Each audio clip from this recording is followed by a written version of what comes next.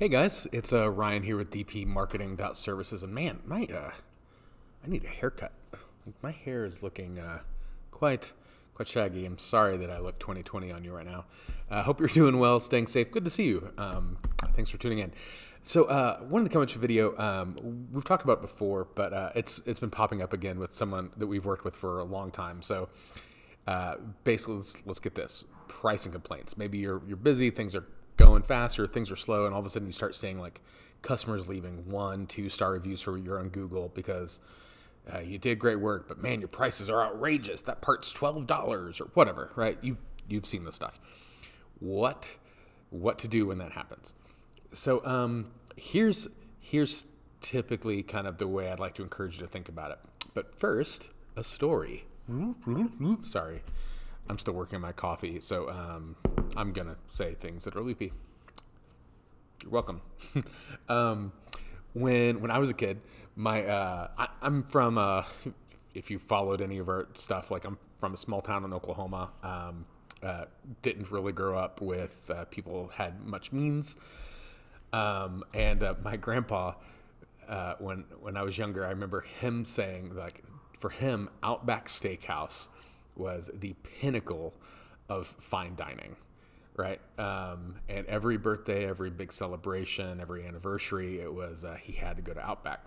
And so growing up, of course, you go to Outback when you want a fancy meal. Now, look, I'm going to make fun of myself. I realize now as an adult, like that's ridiculous. But at the time, I didn't know any better, right? Like I just didn't know any better. So I remember like growing up thinking that's Outback was great and blah, blah, blah. The 17 proprietary blend of spices or whatever nonsense. And when I graduated school, I moved to St. Louis and kind of within about a year started like knowing the lay of the land and knowing people and having money of my own.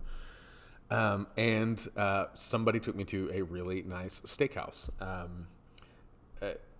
And it was like the first time in my life I've been to a place where like a cut of meat would be easily over $100. And you know, like for one person to eat, like a nice steak, a nice side, maybe a glass of wine could be $300 easy. I've never been to a place like this previous to this, but I remember like being at first appalled because it's like the steaks are how much? And then sitting down going like how everything seemed different, you know, like there's no like sugar packets on the table, and it's a very different experience. When the steaks came, they were fantastic. They were what you would think $100 piece of meat would be. The thing that was interesting though is that I remember like talking to my grandpa about that experience later. It's like, Grandpa, you've got to try some of these places. Like, you have no idea how good this meat is. Like, it's aged. There's just this amazing flavor to it. There's unbelievably tender. They're perfectly cooked. Oh my gosh, the butter. You know, like, you just go on and on describing the quality difference in this $100 steak versus a $20 steak from Outback. And my grandpa always struggled. Like, he would always say, yeah, it's not as good as Outback. I can guarantee you, because Outback has their 17 proprietary blend of spices or whatever. He was just stuck, right? He couldn't possibly fathom needing to pay more than $20, $22 for a cut of meat from Outback. How much better could it be? And it was hard for me on the outside to be like, a lot better. For your customers who are not in your business, right? They only deal with plumbing issues when there's an emergency. They only deal with HVAC issues when there's an emergency. They're not thinking about the training, the hours, the cost of you to even exist as a business, to even get a lead. They don't know, and frankly, they don't care. They just know that they have a plumbing problem. And how hard could it be to come out and turn this wrench or push this little button? Granted, they don't know how to do it, and they're not going to take the time to crawl in the attic, but whatever. How hard could it be?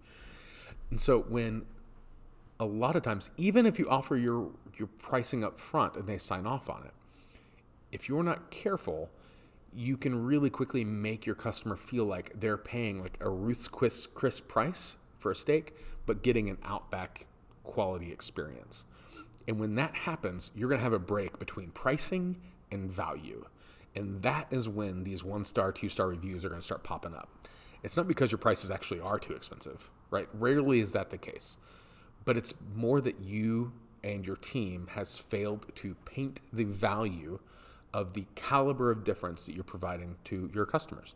Your customers don't understand that you're using only the best products, that your vans are always fully stocked, that the average, that no tech goes out to a customer's home by themselves unless they've got like 5 years of experience. Your customers don't know unless you tell them.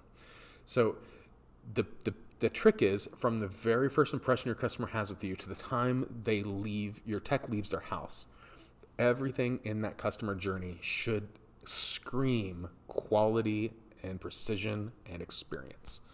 Everything. From how your website presents yourself and your value prop to your customers, to how your CSRs answer the phone, to how you're dispatching your guys out, to how your tech parks on the street and then knocks on the door. Everything should scream premium. When this happens from start to finish, even if it's a little thing that no one will ever see, now all of a sudden you're able to reinforce the idea of the value that you're providing, right?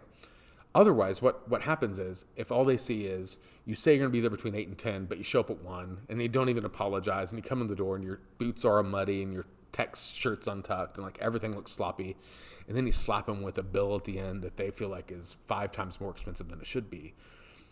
What happened is they just experience an Outback quality steak, but they're being billed at a Ruth's Chris rate.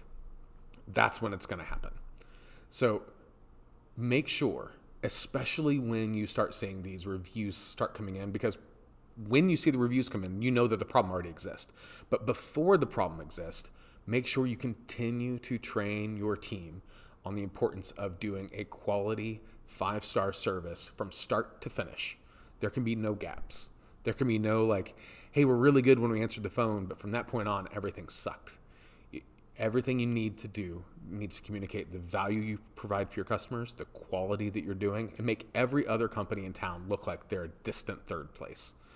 But the only way you do that is just from quality, training, and experience, right? There's no like, hey, we're the best in town sticker that your guys can wear. You have to show it day in, day out, with how your tech's laid on the mat, with how they clean up after themselves, with how they glue in joints. Everything needs to scream that you guys are the best in town.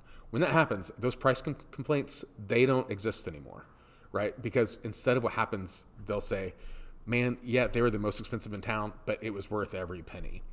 When customers are saying that instead, you win. You know you've done your training right, your tech sold your value right. But if they're saying $400 for this and that part's $17, then you know there's a gap, right? So I just want to share this with you. Anytime I can talk about steak and my belated grandfather, then great. But I'm curious to know your thoughts. How do you train your team to continue to show your value and your premium quality to your customers? How do you reinforce that experience? And how do you make sure that you're not just getting comfortable with the status quo and you're raising the bar every time? So I'd love to hear from you. Leave a comment below. Tell me your favorite steakhouse, because I'm curious to know where your cut of meat is. And if you're vegetarian or vegan, I'm sorry. Put in your favorite vegetable? I don't know. Tell me. I want to hear from you. We'll see you next time, guys.